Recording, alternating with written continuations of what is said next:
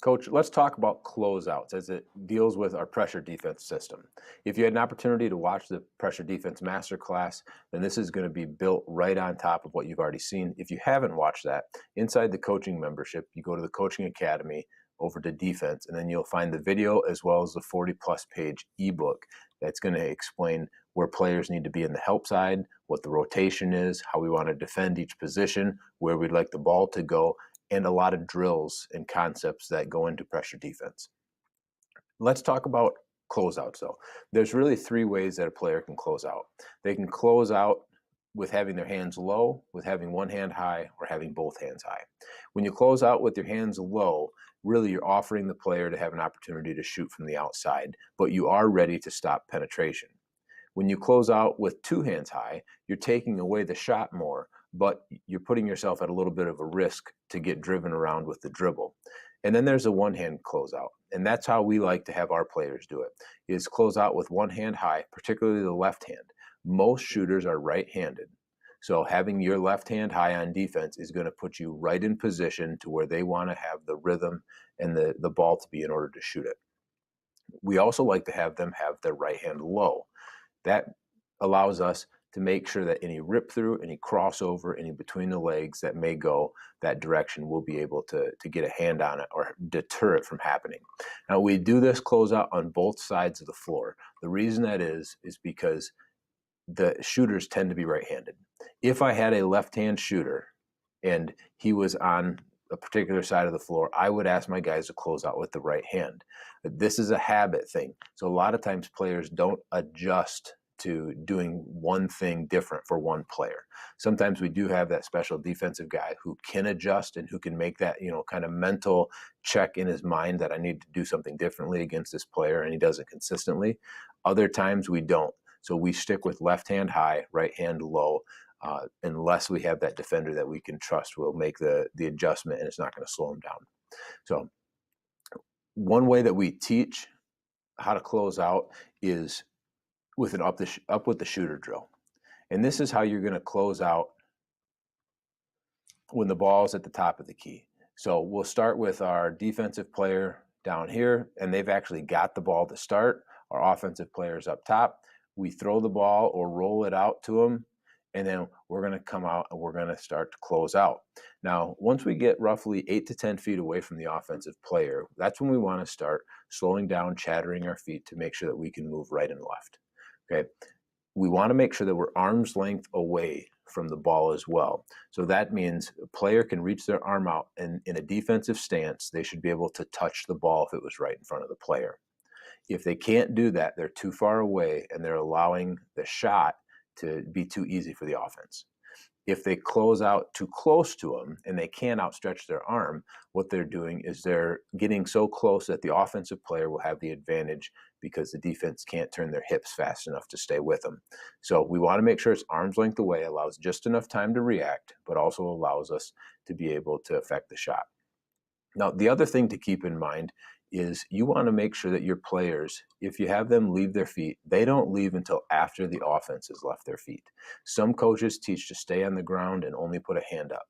I don't think that deters a shooter from making a shot, especially a good shooter. I like to go up with the shooter and have my players go up with the shooter so that we're getting as much pressure on the ball as possible and we're at least affecting the rhythm of the shooter. Even if we're half a second late, I think shooters tend to pay attention, especially at the high school level, pay attention to that defensive hand, and it can mess them up. If you stay on the ground, I don't think they pay attention to it as much. So we close out, we make sure that we're ready to go up with the shooter when they jump. If they don't jump, we're down in a stance, their left hand high, but ready to move our feet and to keep them out of the paint. So that's one drill that we use. And we'll play this one-on-one. Sometimes we put multiple guys on the baseline, and we have them just go through closeouts. It kind of depends on how many players you have, how many hoops you have, but it's an easy drill. Do it for 3 or 4 minutes. Really get those players just used to it.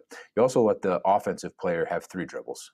So in 3 dribbles, if this guy can't go anywhere, then that offensive possession is probably dead anyways, and we have them throw it back out. So if there were a second player here, they either throw it back out or they allow the defense to go on offense and they just make through the rotation.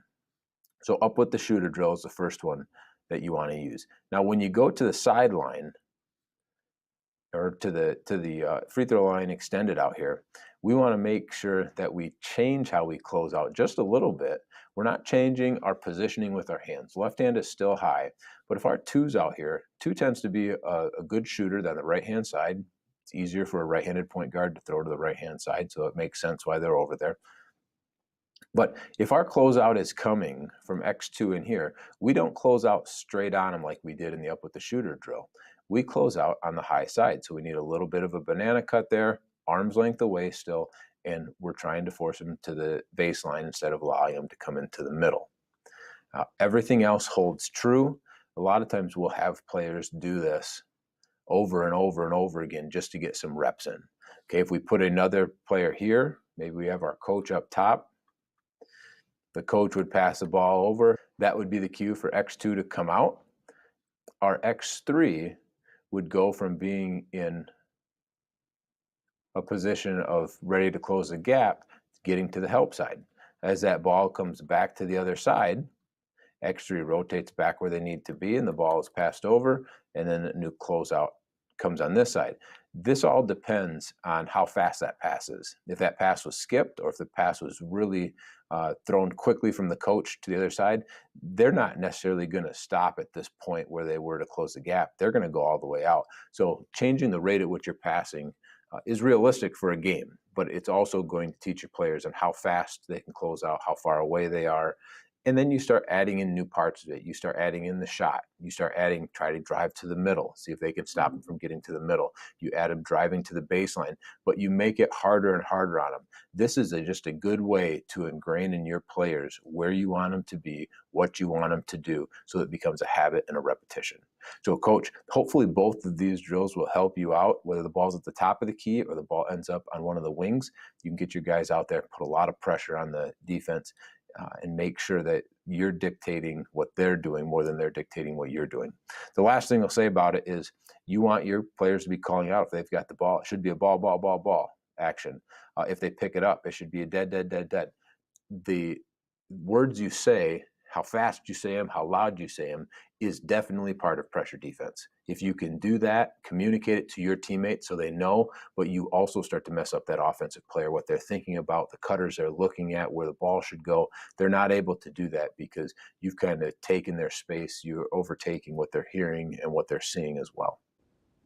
Thanks for watching this video. If you enjoyed this, please subscribe to the channel and head over to CoachMattDennis.com for more videos like this and other great resources.